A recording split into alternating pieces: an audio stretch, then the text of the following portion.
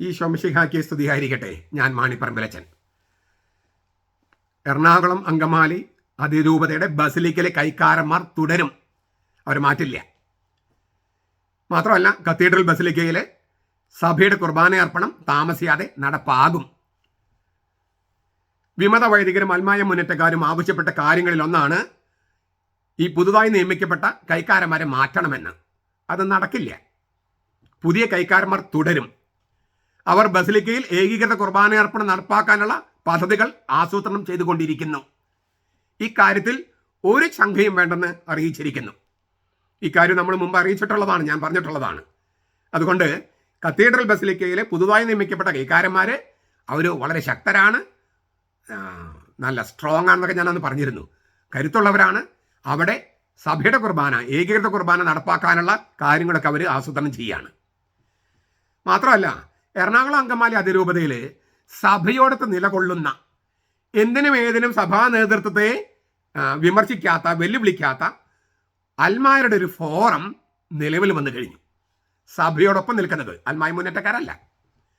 അതിനാൽ ഇനി ഒരു കാരണവശാലും അൽമായ മുന്നേറ്റക്കാരുടെയോ അവരെ എതിർക്കുന്നുവെന്ന മട്ടിൽ പ്രവർത്തിക്കുന്ന 10ഓളം കുറുമുന്നണികളുടെയോ താല്പര്യങ്ങൾ എറണാകുളം അങ്കമാലി അതിരൂപതയിലോ സീറോ മലബാർ സഭയിലോ നടക്കുകയില്ല. സഭ വളരെ ഉറച്ച രീതിയിലാണ് മുന്നോട്ട് പോകുന്നത്. വിമത വൈദികരെ പോലെയോ അൽമായ മുന്നേറ്റക്കാരെ പോലെയോ എല്ലാ ദിവസവും മാധ്യമങ്ങൾക്ക് മുമ്പിൽ വന്ന് കാര്യങ്ങൾ വിശദീകരിക്കുകയല്ല സഭയുടെ രീതി. ഏക ന്യൂസ് പോലുള്ള സോഷ്യൽ മീഡിയയിൽ കാണുന്നത് പോലെയല്ല സഭയുടെ ഉള്ളിൽ കാര്യങ്ങൾ നടക്കുന്നത്.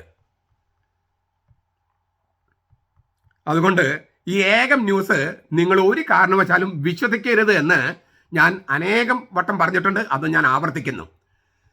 മറിച്ച് നിങ്ങൾ എൻ്റെ മുമ്പത്തെ വീഡിയോസൊക്കെ നോക്കിക്കോളൂ. ഏതെങ്കിലും വീഡിയോയിൽ ഞാൻ പറഞ്ഞ കാര്യങ്ങൾ ഏതെങ്കിലുമൊക്കെ നടക്കാതെ വന്നിട്ടുണ്ടോ? അതുപോലെയല്ലേ പോകുന്നത്, മുന്നോട്ട് പോകുന്നത്? തീർച്ചയായും ഞാൻ പറഞ്ഞിട്ടുള്ളത് കൊണ്ടല്ല, തീർച്ചയായിട്ടും അല്ല. പക്ഷേ സഭ മുന്നോട്ട് പോകുന്ന രീതി ഇങ്ങനെയാണ്. സഭയ്ക്ക് ഇങ്ങനെ മുന്നോട്ട് പോകാൻ പറ്റൂ. അക്കാര്യം കൊണ്ടാണ് നമ്മൾ പറയുന്ന കാര്യങ്ങൾ അതുപോലെ സംഭവിക്കുന്നത്. സഭയോടൊത്ത് നിൽക്കുമ്പോൾ നമുക്ക് മനസ്സിലാകും സഭ ഇങ്ങനെയും മുന്നോട്ട് പോകൂ, ഇങ്ങനെയാണ് പ്രവർത്തിക്കുക. അതിനെതിരെ ഏക ന്യൂസ് പറഞ്ഞതുകൊണ്ട് അത് നുണയാണ്, സത്യമാകില്ല. അതുകൊണ്ട് ഞാൻ പറഞ്ഞതാണ്, ഏക ന്യൂസിനെ നിങ്ങൾ ബഹിഷ്കരിക്കുക. അവർ നുണ മാത്രമാണ് പ്രചരിപ്പിക്കുന്നത്.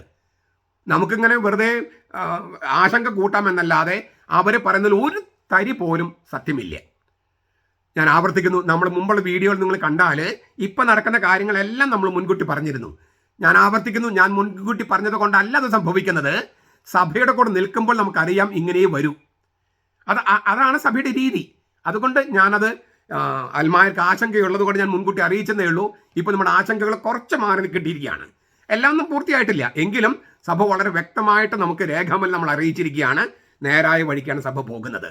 ഈ വിമത വൈദികരുടെയും അൽമായ മുന്നേറ്റക്കാരുടെയും അക്രമത്തിന്റെ വഴിയും നുണകളുടെ വഴിയും സഭ സ്വീകരിക്കില്ല. ഇതുവരെ സ്വീകരിച്ചിട്ടില്ല, ഇനി സ്വീകരിക്കില്ല എന്ന് നമ്മൾ രേഖാമൂലം അറിയിച്ചിരിക്കുക. അത് ഗംഭീരമായ സന്തോഷകരമായ വാർത്തയാണ്. നമുക്ക് സന്തോഷിക്കാം. തുടർന്നും കർത്താവിനെ സ്തുതിച്ചുകൊണ്ടും പ്രാർത്ഥിച്ചുകൊണ്ടും നമുക്ക് മുന്നേറാം. നമ്മുടെ കർത്താവ് ഈശോ മിശിഹായുടെ കൃപയും പിതാവായ ദൈവത്തിന്റെ സ്നേഹവും പരിശുദ്ധാത്മാവിന്റെ സഹവാസവും നാം എല്ലാവരോടും കൂടി ഉണ്ടായിരിക്കട്ടെ, ഇപ്പോഴും എപ്പോഴും എന്നേക്കും. ആമേൻ.